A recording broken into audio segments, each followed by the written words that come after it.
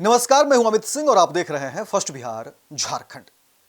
देखिए, बिहार में तो ऐसे शराबबंदी है, कई तरह के कानून हैं, लेकिन शराबबंदी पर पोल खोलती हुई आज की ये रिपोर्ट आप सबको हैरान कर देगी।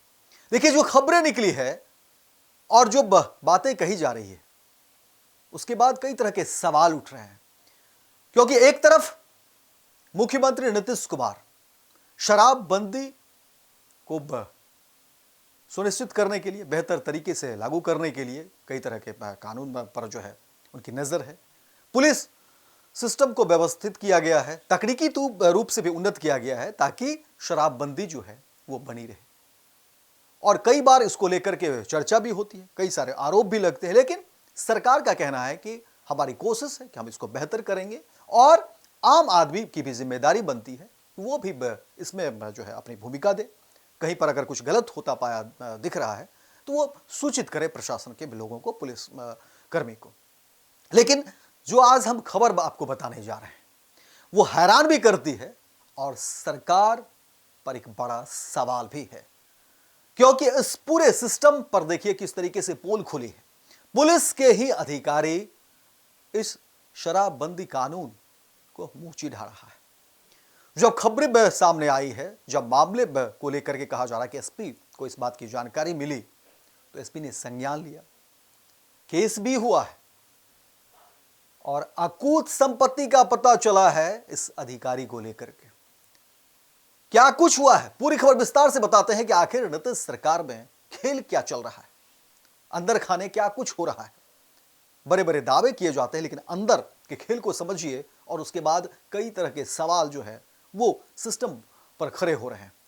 देखिए, जो जानकारी मिल रही है, कहा जा रहा है कि करप्शन किंग बने हैं उत्पाद अधीक्षक। एक सुपरिटेंडेंट यूपी से पटना तक शराब सप्लाई करा रहे थे और फिर एसपी को जब ये खेल की जानकारी मिली, एसपी ने खेल को पकड़ा। जांच के बाद कहा जा रहा है कि केस हुआ है और विभाग ने फिर से फील्ड पोस्टिंग कर दी है। दिखावे के लिए विभागीय जांच और कार्रवाई की बात भी हो रही है। औरंगाबाद के उत्पाद अधीक्षक अनिल कुमार आजाद के ठिकानों पर स्पेशल विजिलेंस यूनिट की छापेमारी में करोड़ों की अवैध संपत्ति बरामद हुई है। वहीं शराब माफियाओं से मिलीभगत के आरोपी दिलीप कुमार पाठक को विभाग ने फिर से फील्ड पोस्टिंग देकर सवाल खड़े कर दिए। देखिए, आपको बता दें कि बिहार में शराबबंदी कानून लागू होने के बाद कई अफसर धनकुबेर बन गए, खासकर वैसे अधिकारी जिनके कंधों पर शराबबंदी कानून को सफल बनाने की जिम्मेदारी थी। अधिकारियों ने शराब माफियाओं से मिलकर दोनों हाथ से माल बनाया। यूं कहें कि पिछले 9-10 सालों में धनकुबेर बन गए।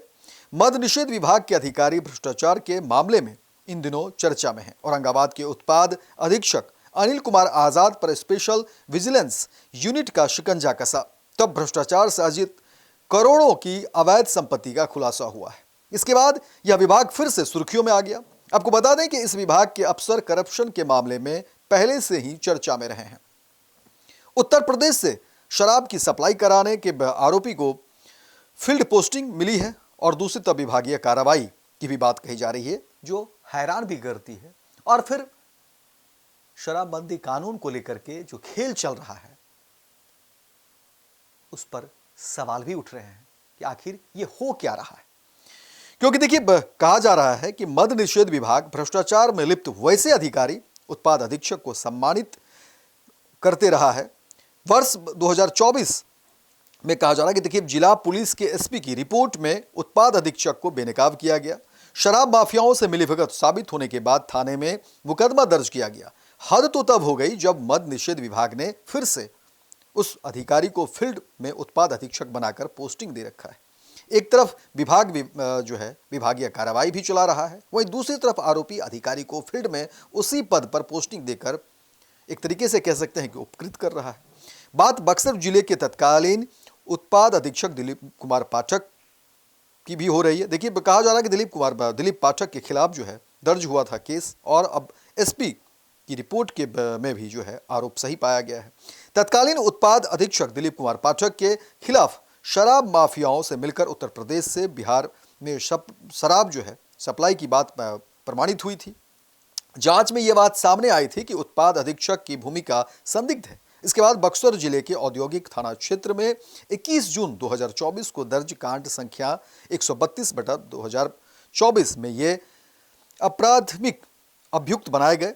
बक्सर पुलिस अधीक्षक की सुपरविजन रिपोर्ट में भी दिलीप कुमार पाठक के खिलाफ आरोप सही साबित हुए। इधर मद्य निषेध विभाग ने आरोपी अफसर के निलंबन के बाद फिर से पोस्टिंग दे दी। वहीं दिलीप कुमार पाठक वर्तमान में जहानाबाद जिले के उत्पाद अधीक्षक के तौर पर पदस्थापित है, यानी फिर से फील्ड पोस्टिंग। इधर विभाग ने 26 अगस्त 2025 के प्रभाव से इन आरोपों को लेकर विभागीय कार्रवाई चलाने का निर्णय लिया है। पटना के मद्य निषेध उपायुक्त रेणु कुमारी सिन्हा को संचालन पदाधिकारी नियुक्त किया गया। वहीं विभागीय कार्रवाई जारी है और आरोपी उत्पाद अधीक्षक दिलीप कुमार पाठक को जहानाबाद में उसी पद पर पदस्थापित किया गया। इस तरह से विभाग में बड़ा खेल चल रहा है और इसी को लेकर के कई तरह की बातें जो है सामने निकल कर आ रही कि आखिर इस पूरे मामले में खेल क्या चल रहा है और सवाल खड़े हो रहे हैं कि आखिर जिस अधिकारी के ऊपर अगर मामला चल रहा है तो फिर आप उसको जो है किसी पद पर कैसे बैठा रहे हैं, फील्ड में ड्यूटी कैसे लगा रहे हैं, और क्या जब तक जांच पुख्ता नहीं हो जाता, चीज़ें सामने नहीं आ जाती, क्या तब तक उस अधिकारी से जो है विश्वास करना या उसको पद पर किसी पद पर रहने का अधिकार है? एक बड़ा सवाल है और ये तमाम बातें जो है मुंह चिढ़ा रहा है। मद्य निषेध कानून को लेकर के सरकार की जो योजना है उस पर भी एक बड़ा सवाल है कि आखिर ऐसे कैसे हो सकता है।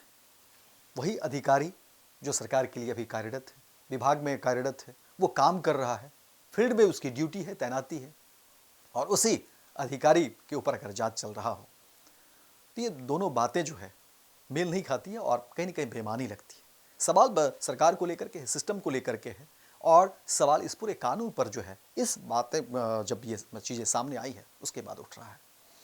आप सब तमाम दर्शक जो है इस खबर को देखिए, समझिए और अपनी राय जरूर दीजिए कि आखिर बिहार में शराबबंदी किस हद तक जो है वो कारगर है। क्या वह वाकई शराबबंदी जो है पूरी तरह से सही है, या इस खेल में क्या कुछ चीज़ें सामने आ रही हैं जो आरोप लग रहे हैं सरकार को लेकर के, शराबबंदी पर जो आरोप लग रहे हैं, क्या उस पूरे प्रकरण में क्या कुछ हो रहा है, और आप अपनी इस पर राय दीजिए।